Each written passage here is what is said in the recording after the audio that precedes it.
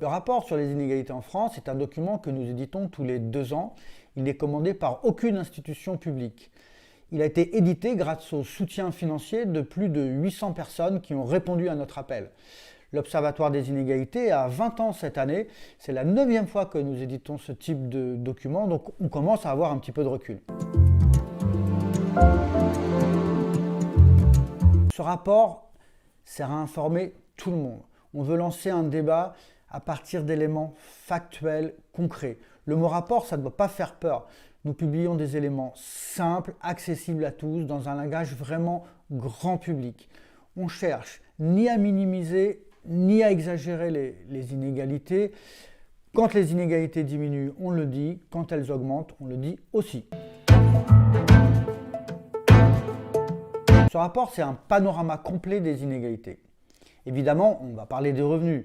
Qui est riche et qui est pauvre dans notre société. Mais les inégalités, ce n'est pas que ça.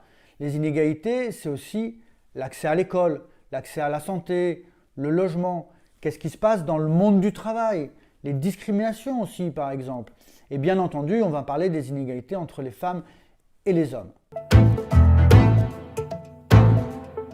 Ce rapport, il est destiné à tous et toutes. Trop souvent, les débats sont réservés à des experts qui connaissent déjà les choses. Nous, on veut vraiment porter le débat. On veut vraiment que chacun et chacune puisse savoir. La situation française de 2023 est paradoxale. Côté emploi, ça va mieux. Le chômage diminue depuis 2015 et ça profite aux moins qualifiés. C'est bien et il faut le dire. Le problème, c'est le retour de l'inflation, la hausse des prix qui pèse lourd pour la France la plus populaire, la plus défavorisée, celle dont les revenus ne suivent pas ce rythme de l'inflation. Cette année, nous allons mettre l'accent avec un dossier complet sur la fracture qui existe entre les différents milieux sociaux. La vie des cadres supérieurs en France est très éloignée de celle des employés et des ouvriers et on n'en parle pas assez.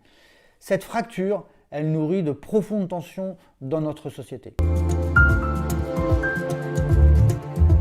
L'urgence sociale est manifeste. Aujourd'hui, il faut agir et concrètement. Réformer l'école, par exemple, investir dans le logement, assurer l'accès à la santé de tous et toutes, réduire la pénibilité au travail. Il faut bien sûr continuer à lutter contre la xénophobie, les discriminations qui persistent dans notre société.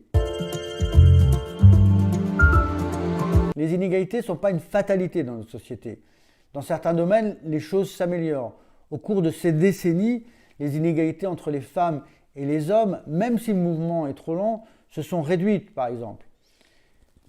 Ce rapport, il doit servir à prendre conscience d'un côté et de l'autre, nous pousser, nous encourager à agir. Contre les inégalités, l'information, c'est une arme.